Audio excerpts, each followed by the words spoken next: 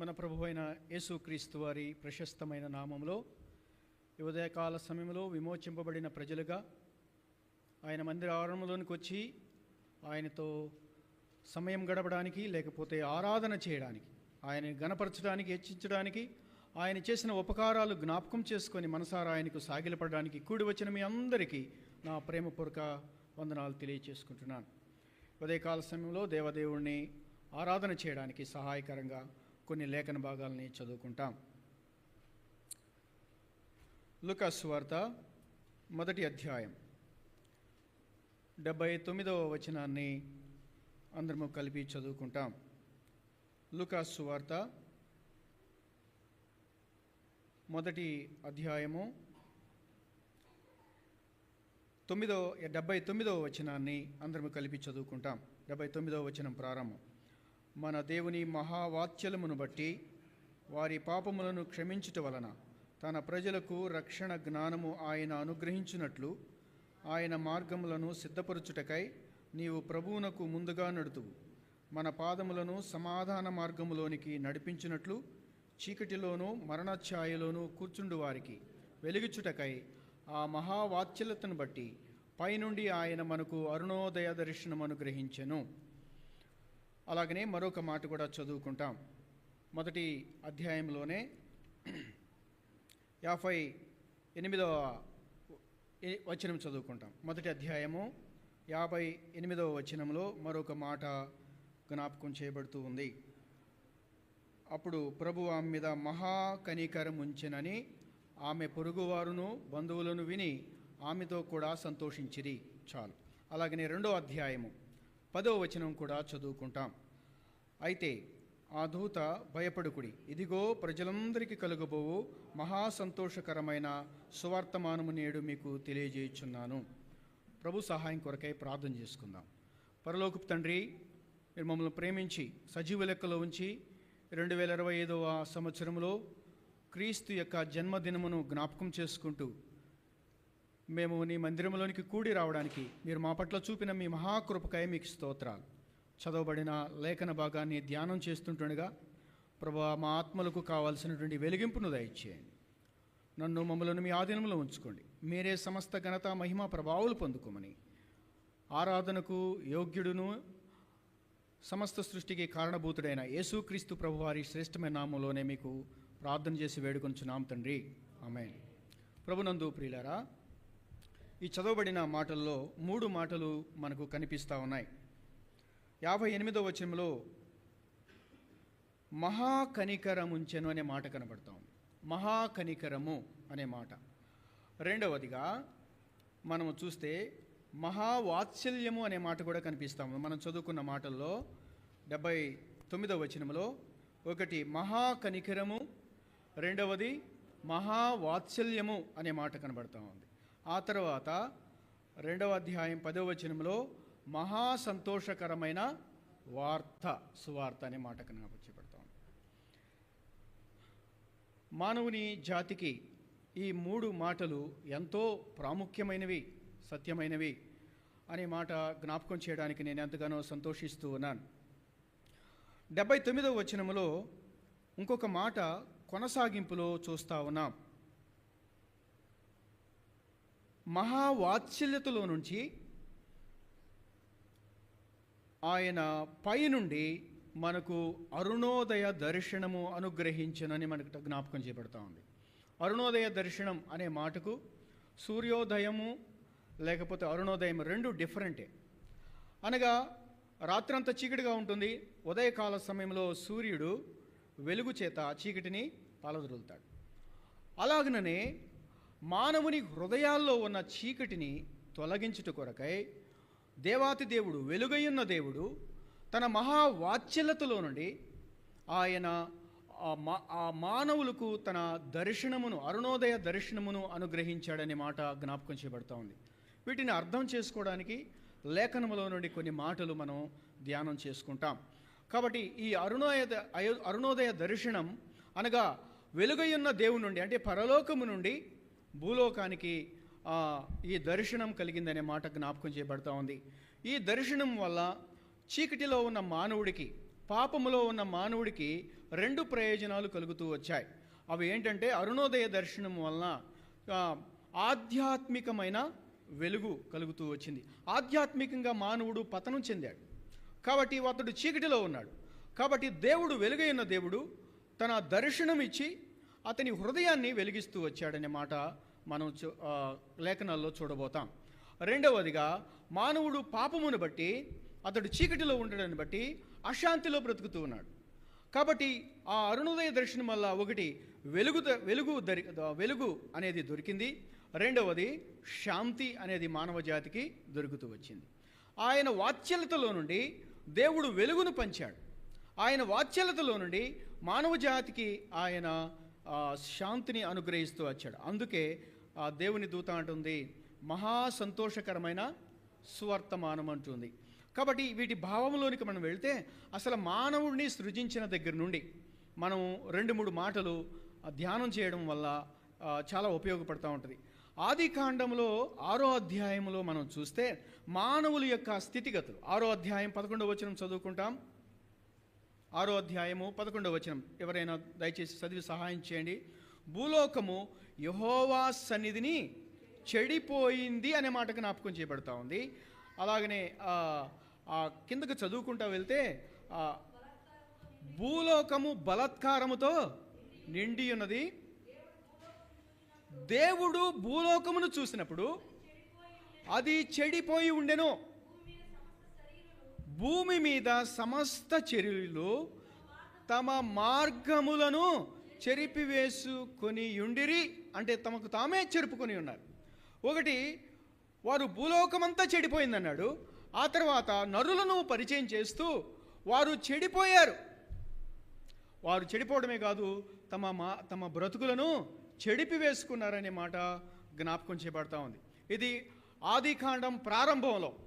అలాగ మనం చూసుకుంటూ వెళ్తే ఆదాము దేవుని ఆజ్ఞను అతిక్రమించడం ద్వారా మానవ జాతి ఇలాగ తమ మార్గములను చెడుపుకుంటూ వచ్చారు. అనగా దేవుడు లేకుండా బ్రతుకుతున్న మానవుడు చెడిపోయిన వాడుగా ఉన్నాడు.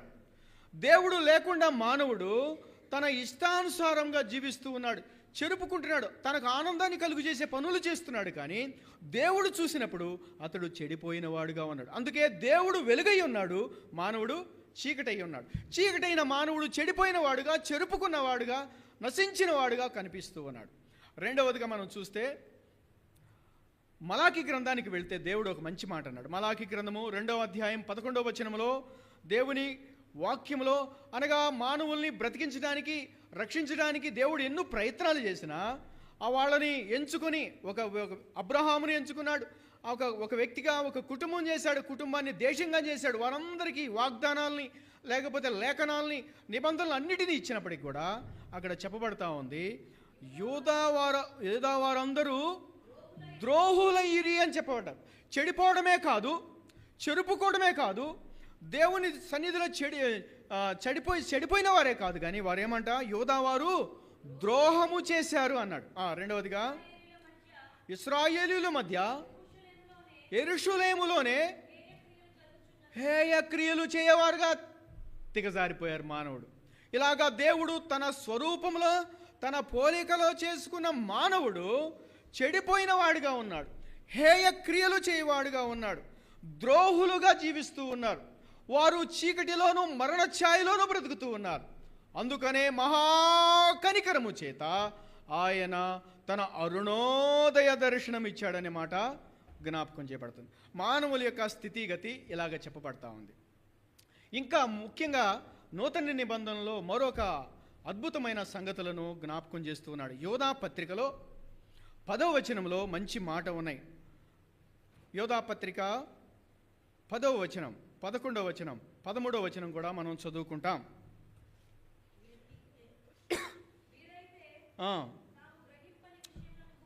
తాము గ్రహింపని సంగతులను గురించి దూషించువారై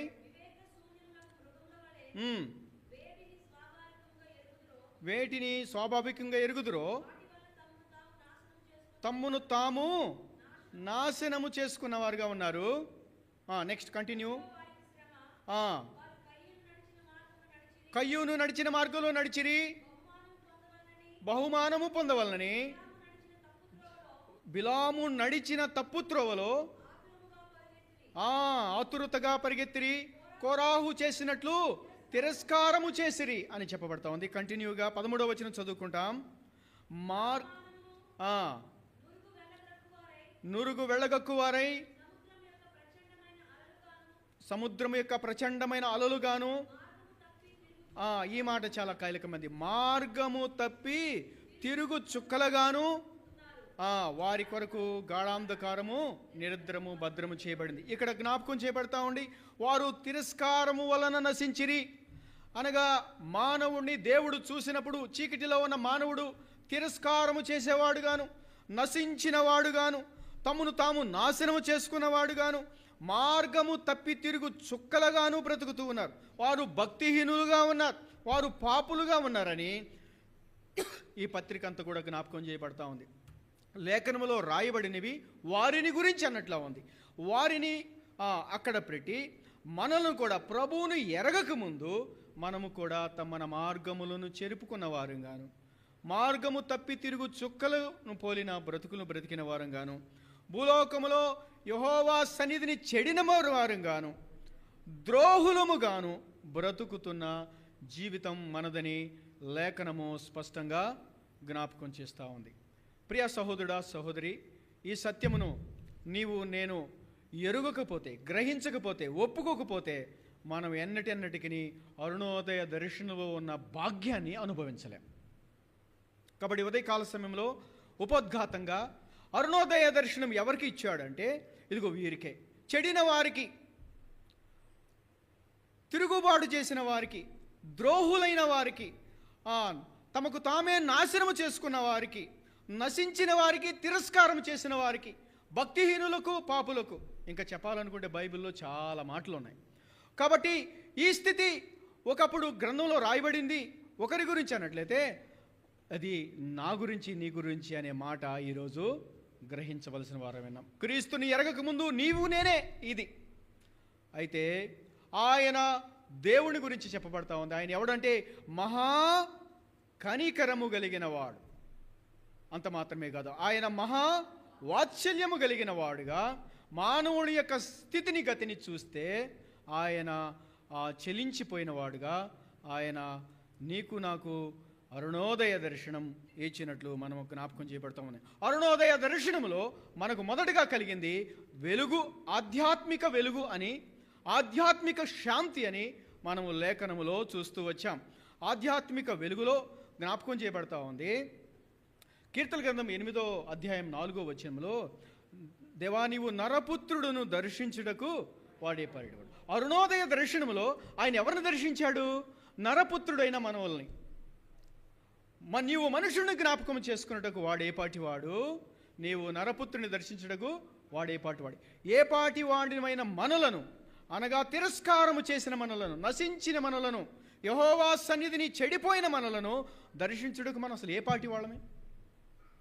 పురుగు వంటి వారు, మట్టి వంటి వారు, ధూళి వంటి వారమైన మనలను ఆయన మహాకనికరము చెప్పున దర్శించాడనే మాట, వాత్సల్యతను చూపించాడనే మాట ఈరోజు తలపోసుకొని మనం ప్రభువుని ఆరాధించవలసిన వారు అయి ఉన్నాం.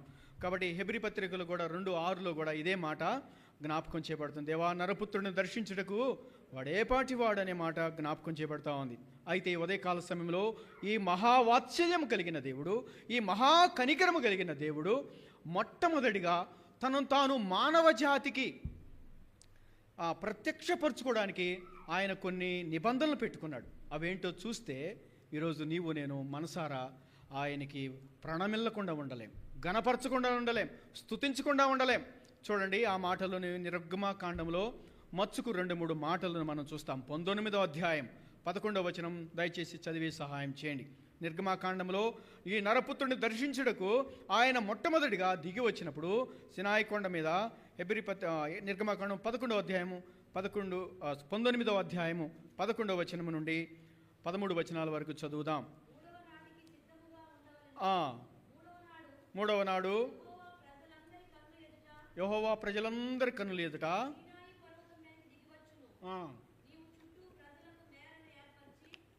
ఆయన దిగి వచ్చేటప్పుడంట ఆయన కానే కొన్ని పెట్టుకున్నాడు. ఏం పెట్టుకున్నాడు? మేరలు పెట్టుకున్నాడు. చదవండి.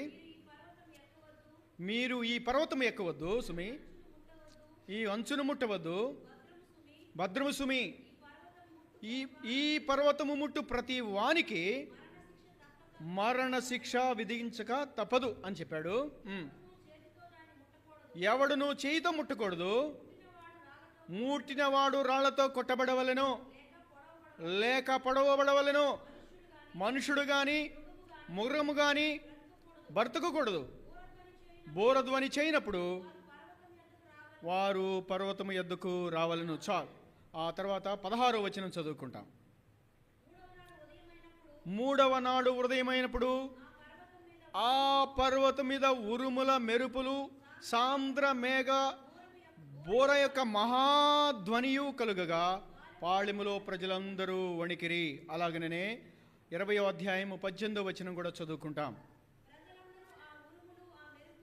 ప్రజలందరూ ఆ ఉరుములు మెరుపులు, ఆ బోరధ్వని, ఆ పర్వతపు ధూపమును చూసి భయపడి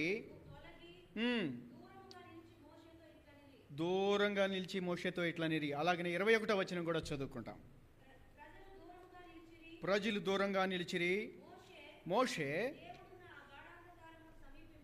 దేవుడు ఉన్న గాఢాంధకారమునకు సమీపించగా యెహోవా మోషేతో ఇట్లనేను. చాలు. ఇంకా చాలా విషయాలు ఉన్నాయి. ఎందుకు ఈ మాట చెప్పానంటే, ఆయన మొదటిగా ఒక జాతిని విమోచించుకొని రక్షించుకొని తీసుకొని వచ్చే క్రమంలో వారికి కొన్ని ఆజ్ఞలు ఇవ్వడానికి, లేకపోతే వారినితో ముచ్చటించడానికి, వారిని ఆయన నడిపించడానికి ఆయన దిగి వచ్చే సందర్భంలో ఆయన కొన్ని మేరలు ఏర్పాటు చేసుకున్నాడు. ఆయన ధూపములోను అగ్నిలోను సాంద్ర మేఘములోను వచ్చినప్పుడు, ఉరుములతో మెరుపులతో వచ్చినప్పుడు ప్రజలు గజగజ వణికి భయపడుతూ వచ్చారు. ఆయన యొక్క మహాకనికరము ఈరోజు మనము చాలా సులువుగా అనుభవిస్తున్నామేమో అని అనిపిస్తూ ఉంటుంది. ఆనాడు ఇశ్రాయేలు ప్రజలు వణికారు, భయపడారు. అయ్యో మాకు సంబంధం లేదన్నాడు. ఆయన దిగి వచ్చేటప్పుడు ఆ పర్వతాన్ని ముట్టినా తాకినా వాడు పొడవబడలను, చంపబడవలనని మాట జ్ఞాపకం చేయబడతా ఉంది. అంత పరిశుద్ధుడు, అంత మహామహుడు, అంత మహాగణుడు ఈరోజంట ఈ చీకటిలో మరుగుతున్న మానవుడికి, తిరస్కారం చేస్తున్న మానవుడికి, చుక్కల వలె దారి తప్పిపోయిన మానవుడికి, పాపి అయిన మానవుడికి, మూర్ఖుడైన మానవుడికి, నాశనానికి జోగుతున్న మానవుడికి మహాకనికరము చొప్పున, ఆయన మహావాత్సల్యతము చొప్పున ఆయన అరుణోదయ దర్శనమిచ్చాడంట. నేను సిక్కిం స్టేట్లో 2016లో వెళ్ళినప్పుడు 4 సందర్భాలు ఏకూజామున 4:30-5 గంటలకి లేచి సిక్కింలో ఉన్నటువంటి గ్యాంగ్టాక్లో ఒక ఉన్నత పర్వతం మీదకి ఎక్కి ఉదయకాల సమయంలో ఆ హిమాలయ పర్వతాలు తెల్లగా కనిపిస్తూ ఉంటుండగా ఆ తెల్లటి కొండల మధ్య గుండగా సూర్యుడు లేత కిరణాలు బయటకు వస్తూ ఉంటాయి. దాన్ని క్యాప్చర్ చేయడానికి, దాన్ని చూసి ఆనందించడానికి వేల కొద్ది టూరిస్టులు వస్తారు, ఫోటోగ్రాఫర్స్ కూడా వస్తారు. వారితో పాటు నేను కూడా వెళ్ళాలి అని నాకు కొంతమంది స్నేహితులతో కలిసి వెళ్ళాను.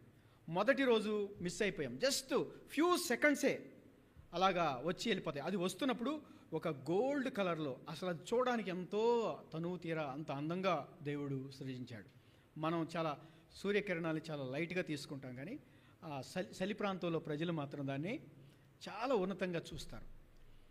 అలాగనే దానిని చూడడానికి, దాని యొక్క రంగుని లేదా ఆ స్పృహను అనుభవించడానికి ఎంతో చలి జాకెట్లు పేనుకొని ఎంతో దూరం ప్రయాణం చేసి ఎంతో ప్రయాసంతో వెళ్తారు. వెళ్ళి కాసేపటికి అది మాయమైపోతుంది.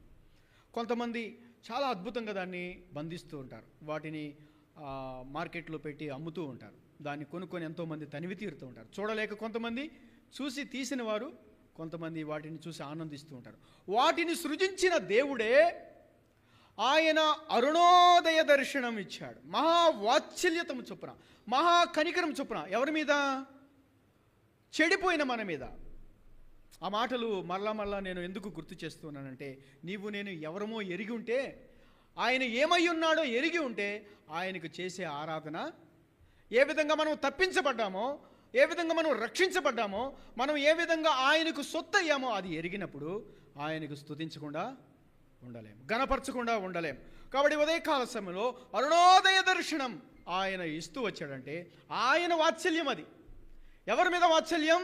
తిరుగుబాటు చేసిన వారి మీద, చెడిపోయిన వారి మీద, తర్వాత హేయ క్రియలు చేసిన వారి మీద, ద్రోహులైన వారి మీద, ఆయన మన మీద. ఆ వారే కానీ రాయబడింది, వారిని పోలి ఉన్నాం మనం. ఇశ్రాయేలీయులకు 1 కొరింథీ పత్రిక 10వ అధ్యాయం 10వ వచనంలో అలా రాయబడి ఉంది. యుగాంతమందున మనకు బుద్ధి కలుగుటకై ఈ సంగతులు రాయబడి ఉన్నాయి. ఏ సంగతులు? వారు ఎలాగా తిరుగుబాటు చేశారో, ఎలాగ నశించి వచ్చారో, ఎలాగ ఆయన్ని శోధిస్తూ వచ్చారో, ఎలాగ ఆయన్ని వేధిస్తూ వచ్చారో, సేమ్ వారిని పోలి కూడా మనము బ్రతుకుతూ వచ్చాం. మన హృదయ రహస్యాలు ఎరిగిన దేవుడు మనం ఎన్నటికీ ద్రోహులుగానే ఉంటామని, నశించిపోతున్నామని కనికరము చూపి ప్రేమతో ఆయనే అరుణోదయం దర్శనమిచ్చాడు. 39 పుస్తకాల బైబిల్ గ్రంథాన్ని మనం చూస్తే పాత నిబంధన అంతటిలో 3 భాగాలుగా మనం చూసుకోవచ్చు. 39 పుస్తకాల్లో ఆయన వస్తాడు వస్తాడు వస్తాడు అని చెప్పబడింది. ఏదైనా వనములో ఆదాము తప్పిపోయిన తర్వాత కృత నిబంధన మొదటి సువార్త గ్రంథంలో ఆయన వచ్చాడు వచ్చాడు వచ్చాడు అని ప్రకటన చేస్తూ ఉంది. అపోస్తుల కార్య గ్రంథం అంతా కూడా నుండి ప్రకటన గ్రంథం వరకు మరలా ఆయన వస్తాడు వస్తాడు వస్తాడని ప్రకటన వస్తూ ఉంది. ఈ మధ్యకాలంలో చెడిన మనకు, పడిపోయిన మనకు, దూరస్తులైన మనకు, శత్రువులైన మనకు ఆయన అరుణోదయ దర్శనమిచ్చాడు. అది ఆయన మహావాత్సల్యత, అది ఆయన మహాప్రేమ, అది కనికరం. కాబట్టి ఆ ప్రేమను ఘనమైనదిగా ఎంచి, యోగ్యమైనదిగా ఎంచి ఈనాడు సర్వలోకములో భక్తులు ఆయనను సేవించుట కొరకై, ఆరాధించుట కొరకై, కృతజ్ఞత తెలియజేయుట కొరకై కూడి వస్తున్న తరుణంలో నీవు నేను కూడా ఈరోజు ఆరాధింపబద్ధులమై ఉన్నాం. అందుకు ఆయన ఎలా వచ్చాడు అరుణోదయ దర్శనంలో అంటే ఫిలిప్పీ పత్రిక 2:7లో ఆయన దాసుని స్వరూపం ధరించుకుంటూ వచ్చాడు. తను తాను దీనుడుగా చేసుకుంటూ వచ్చాడు. ఎవరైనా మహావాత్సల్యతలో నుండి దీనుడిగా వచ్చాడు, దాసుడిగా వచ్చాడు, తన్ను తానే రిక్తుడిగా చేసుకున్నాడు. ఆ మాట చదవండి 2:7లో. ఆ మాట చాలా beautiful word. The great god, unapproachable god ఏం చేశాడు? తను తానే సమీపింపరాని తేజస్సులో ఉన్న ఆ దేవుడు, అమరత్వములో ఉన్న ఆ దేవుడు ఏం చేసుకున్నాడు? తను తాను 2:7 చదవండి. మనుషుని పోలికగా పుట్టి దాసుని స్వరూపము ధరించుకొని తన్నుకు తానే రిక్తునిగా చేసుకొనెను. దేవునికి స్తోత్రము కలుగునుగాక. ఆయన తను తాను తగ్గించుకోకపోతే, రిక్తునిగా చేసుకోనలేకపోతే, మధ్యవర్తిగా రాకపోతే నా పరిస్థితి ఏంటది? జలప్రళయములో తుడవబడినట్లు జనులు తుడవబడతారు. సొదొమ గుమొర్రా పట్టణములు కాల్చివేయబడినట్లు బూడిదైపోతాం. అంతే, ఇక మనకి ఏది లేదు గతి.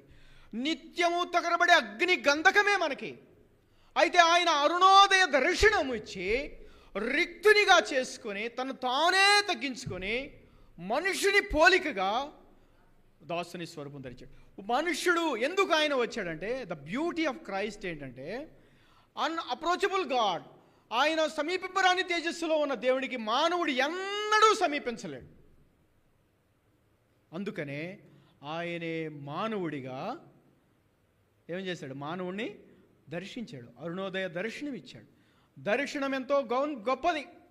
దర్శనం కోసం ఎక్కడికో వెళ్ళవలసిన పని లేదు, ఆయనే దిగి వచ్చాడు. ఎంత గొప్ప బ్యూటీ ఇది! ప్రయాసం లేదు, వ్యయము లేదు, తర్వాత కష్టము లేదు. ఆయన తన భాగ్యమంతటిని విడిచి రిక్తునిగా చేసుకొని దిగి వచ్చాడు. ఆ ఫిలిప్పీ పత్రిక అంతా చదివితే చాలా ఘనమైన సంగతులు ఉంటాయి అక్కడ. మొదటి యోహాను సువార్త 1వ అధ్యాయం 36వ వచనంలో భక్తుడైన అపోస్తుడైన యోహాను ఎంత బ్యూటిఫుల్గా ఆత్మస్వరూపుడై రాశాడు. 1వ అధ్యాయము 36వ వచనం, యేసు వైపు చూచి ఇదిగో దేవుని గొర్రె పిల్ల. చాలు. ఆయన ఎలా వచ్చాడు? రిక్తునిగా వచ్చాడు, దాసునిగా వచ్చాడు, తను తాను తగ్గించుకుంటూ వచ్చాడు. అంత మాత్రమే కాదు, ఎలాగా వచ్చాడు? గొర్రె పిల్లగా. ఇక్కడ ఒక సంగతి ఉంది. గొర్రెపిల్ల ఎందుకో ముందు మనం చూస్తాం. గొర్రెపిల్లగా వచ్చాడు. అంత మాత్రమే కాదు, యోహాను సువార్త 10వ అధ్యాయంలోనే తనకు తానే ప్రభు చెప్తాడు. 10వ అధ్యాయము 8-9 వచనములో ఆయన అంటాడు, నేను గొర్రెలకు ద్వారముగా వచ్చాడు. ఎందుకు ఆయన అరుణోదరిని ఇచ్చాడంటే, మన ఇష్టం వచ్చిన ద్వారాల్లో ప్రవేశిస్తూ ఉన్నాం. ఆ ద్వారము మనల్ని ఎక్కడికి నడిపిస్తూ ఉంది? నరకానికి, నిత్య నరకానికి. Beautiful word. నిత్య నరకానికి నడిపిస్తూ ఉంది. అయితే ఆయన అరుణోదయ దర్శనములో ఆయన ఒక ద్వారముగా వచ్చాడు. అందుకే నేనే మార్గమును సత్యమును అన్నాడు. నేను కూడా అనలేదు, నేనే అన్నాడు. What a beauty of it is. నేనే మార్గమును, నేనే సత్యమును అన్నాడు. నేనే ఈ చెడిపోయిన ప్రజలను విమోచించువాడను అన్నాడు. అంత మాత్రమే కాకుండా 10వ అధ్యాయంలో 11-14 వచనాల్లో గొర్రెలకు మంచి కాపరిని అన్నాడు. ఈనాడు మనలను వశపరుచుకొని లోపరుచుకున్న కాపరి మనలను మరణములకు నడిపించేవాడు. కానీ ఈ అరుణోదయ దర్శనంలో దిగి వచ్చిన ఆయన మాత్రం మంచి కాపరి. మంచి కాపరి తన గొర్రెల కొరకు ప్రాణము పెట్టే కాపరి. ప్రాణము పెట్టే కాపరిగా, మంచి కాపరిగా, గొర్రె పిల్లగా ఆయన రిక్తుడిగా, దీనుడిగా నీకోసం నా కోసం దర్శనమిచ్చాడు. Praise the lord. ఉదయ కాల సమయంలో అంత మాత్రమే కాదు, మార్కు సువార్త 10వ అధ్యాయము 45వ వచనములో అసలు అంత బ్యూటిఫుల్గా లేఖనం రాయబడుతూ ఉంది. ఆ అరుణోదయ దర్శనంలో ఉన్న యోగ్యత భాగ్యమును మనం చూస్తాం. 10వ అధ్యాయము మార్కు సువార్త 45వ వచనం, మనుష్య కుమారుడు పరిచారము చేయించుకొనుటకు రాలేదు కానీ పరిచారము చేయుటకును అనేకుల ప్రతిగా విమోచన క్రయధనముగా తన ప్రాణము ఇచ్చుటకు వచ్చెను అనగా, ఇక్కడ మనం ఇలా పెట్టుకుందాం, ఆయన అరుణోదయం ఎందుకు ఇచ్చాడు? తన ప్రాణము పెట్టడానికే ఇచ్చాడు. గొర్రె పిల్లని ఎందుకు ఇచ్చాడు? గొర్రె పిల్లని అలంకారప్రాయమైన పదాన్ని ఎందుకు వాడాడంటే, మన చెడిపోయిన బ్రతుకుకి రక్తం అవసరం, విమోచన అవసరం, విడుదల అవసరం. దానికి నిర్దోషమైన గొర్రెపిల్ల వంటి క్రీస్తు రక్తం అవసరమైంది. లేకపోతే మనము చెడిపోయిన పరిస్థితి, మనము ద్రోహ స్థితి, మార్గము తప్పిన తిరిగిన చుక్కలను పోలిన బ్రతుకు ఎన్నడూ బాగుపడదు. ఉదయకాల సమయంలో ఆయన మొదటిగా దిగి వచ్చినప్పుడు కొన్ని మేరలు ఏర్పరచుకున్నాడు. ఆ మేరలు ముట్టినా, తాకినా, ఊరక సరదాగా ఏమవుద్దామని జస్ట్ ఒక చిన్న అంట్లా అతికిన పొడవబడవలను, చంపబడవలను, రాళ్లతో కుట్టబడవలను. కానీ ఇప్పుడు ఆయనే దిగి వచ్చి రిక్తునిగా చేసుకొని ఆయనే అరుణోదయ దర్శనంలో తనకు తానుగా నీకు నా కోసం బలిగా ప్రాణం అర్పించుకోవడానికి వచ్చాడు. ఇందులో మరొక మాట, కొలస్సీ పత్రిక 1వ అధ్యాయం 13-17 వచనాల్లో దూరస్తులుగా ఉన్న మనలను సమీపస్తులుగా తీసుకురావడానికి, అనగా ఆ మహామహుడైన దేవునికి దూరస్తులైన మానవులను సమీపస్తులుగా తేవడానికి ఆయన మధ్యవర్తిగా వచ్చి తన ప్రాణాన్ని పెట్టినట్లుగా మనం చూస్తాం. ఆ మాటలు చదవండి. కొలస్సీ పత్రిక 1వ అధ్యాయం 13వ వచనం, అంధకార సంబంధమైన అధికారముల నుండి విడుదల చేసి తాను ప్రేమించిన తన కుమారుని యొక్క రాజ్య నివాసులుగా చేసెను. దేవునికి స్తోత్రం. మనం ఎవరిమి? ఆ మాటలు అందరికి చెప్పాలని నేను ఆశపడుతున్నాను. ఒకటి, యెహోవా సన్నిధిని చెడిపోయిన వారిమి. తర్వాత ద్రోహము చేసిన వారిమి. మూడోది, హేయ క్రియలు చేసిన వారిమి. తమకు తామే నాశనము చేసుకున్న వారిమి. తిరస్కారము చేసిన వారిమి. మార్గము తిరిగిన చుక్కలను పోలిన వారిమి. భక్తిహీనులము, ద్రోహులము. ఇంకా చెప్పుకుంటే చాలా ఉన్నాయి చదువుకున్న లేఖన భాగాలు.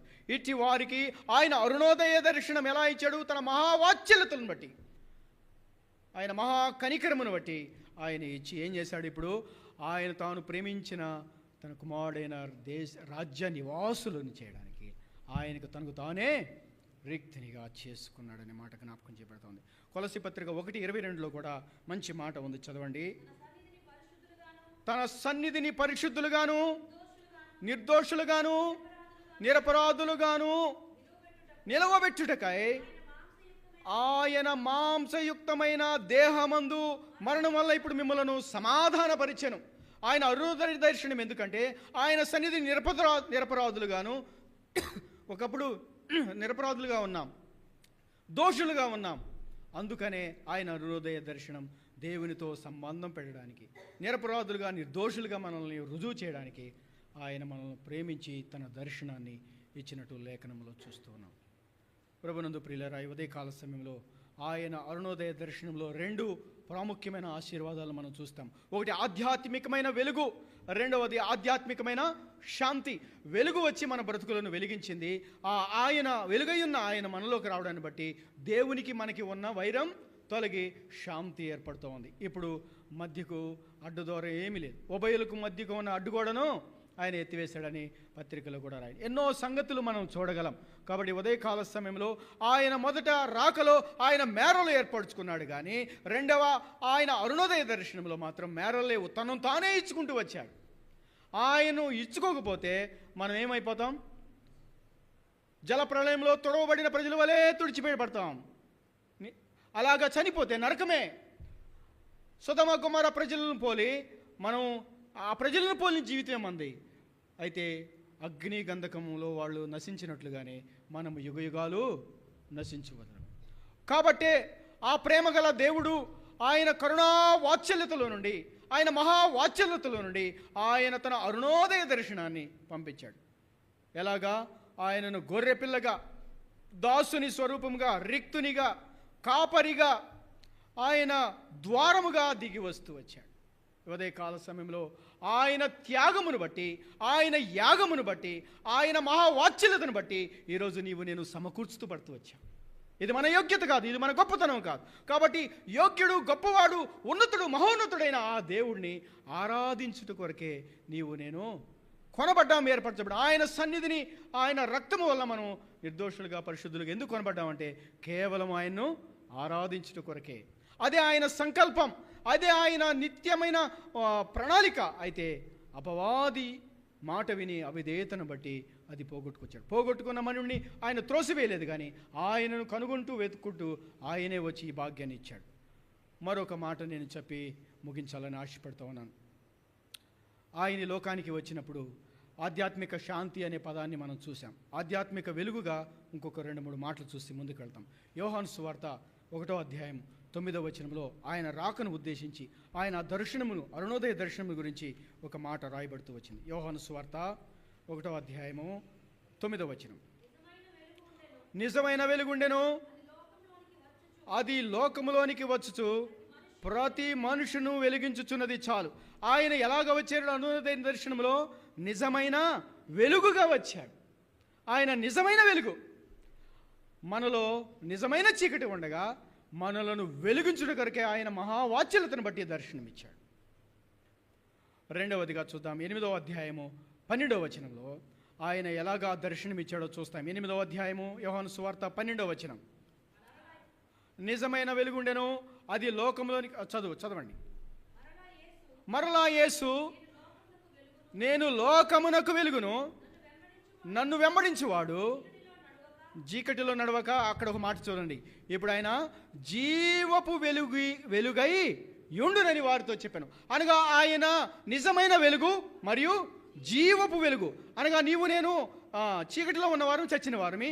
ఇప్పుడు ఆయన వెలుగై ఉన్నాడు, మనల్ని వెలిగించాడు. ఆ వెలుగే కాదు, జీవపు వెలుగు. ఏం వెలుగది? నిజమైన వెలుగు, జీవపు వెలుగుగా మనల్ని చేస్తూ వచ్చాడు. పేతురుపత్రిక తన మహామాటలో రాస్తూ వచ్చాడు. 1 పేతురుపత్రిక 2వ అధ్యాయము 9వ వచనంలో ఉన్నాడు. అయితే మీరు చీకటిలో నుండి ఆశ్చర్యకరమైన తన వెలుగులోనికి పిలిచిన వాని గుణాతిశయములను ప్రచురించుటకు ఏర్పరచబడిన వంశముగా మమ్మల్ని చేస్తూ వచ్చాడు. ఆయన అంటే ఏమంటాడా? ఆశ్చర్యమైన వెలుగుగా వచ్చాడు. ఏ వెలుగు? ఆశ్చర్యమైన వెలుగు. ఒకటి నిజమైన వెలుగు, 2 జీవపు వెలుగు, 3వది ఆశ్చర్యమైన వెలుగుగా ఆయన దర్శనమిస్తూ వచ్చాడు. తర్వాత యెషయా గ్రంథంలో ప్రవచనాత్మకమైన మాట ఇది. యెషయా గ్రంథము 9వ అధ్యాయము 2వ వచనంలో చూడండి. 9, చీకటిలో నడుచు జనులు గొప్ప వెలుగును చూచున్న చాలు. ఆయన అరుణోదయ దర్శనంలో వెలుగైన క్రీస్తును ఏ వెలుగు చూశారు? గొప్ప వెలుగు, నిజమైన వెలుగు, గొప్ప వెలుగు, ఇంకా జీవపు వెలుగు, ఆశ్చర్యమైన వెలుగుగా ఆయన దర్శనమిస్తూ వచ్చాడు. అంత మాత్రమే కాదు, అది నెరవేర్పుగా మత్తయి సువార్త 4వ అధ్యాయం 16వ వచనంలో గొర్రెల కాపరులు అక్కడ చూద్దాం. ఆ ప్రవచనాన్ని దేవుడు అక్కడ ఉటంకిస్తూ చెప్పిన మాటలు, ఈ మాట చదువుకుంటాం. ఆ నజరేతును విడిచి జెబులోను ఆ అను ప్రాంతములలో సముద్ర తీరమందలి కపూర్ణముకు వచ్చి కాపురముండెను. చదువు, కంటిన్యూ. నప్తాలి దేశమును సముద్ర అన్యజనులు నివసించు గలిలయయు చీకటిలో కూర్చుండిన ప్రజలను ఏం చూశారు?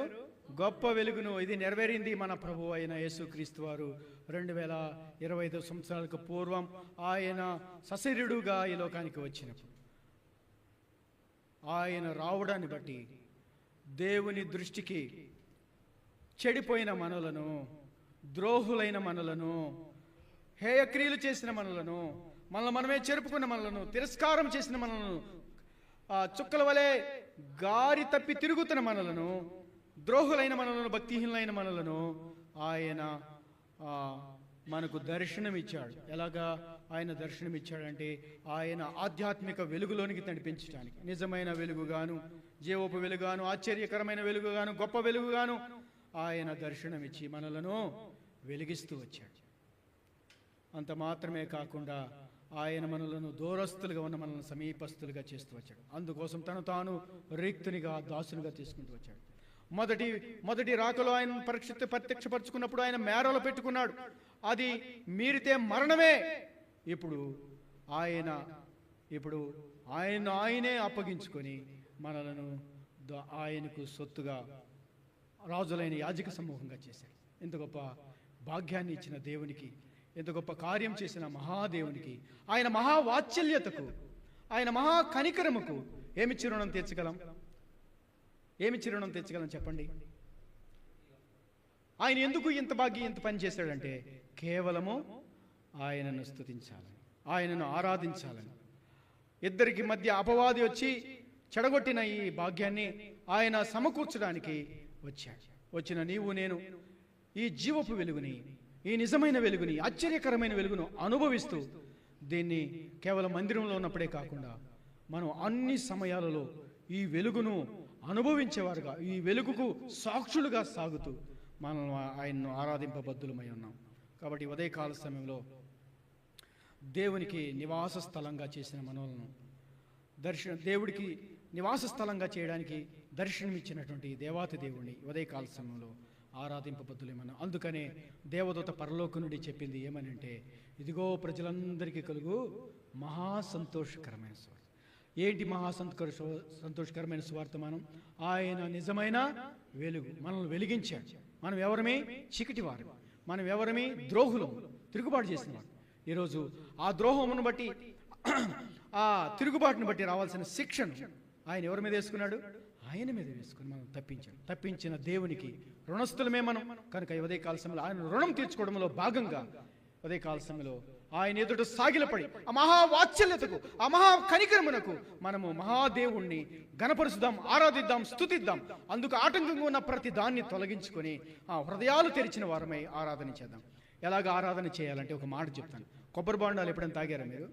కొబ్బరి బాండం కొట్టేటప్పుడు కొడతా ఉంటాడు. చివరికి వచ్చిన తర్వాత అతను జస్ట్ హోల్ పెట్టగానే ఏమవుతుంది? నీళ్లు బయటకు వస్తాయి.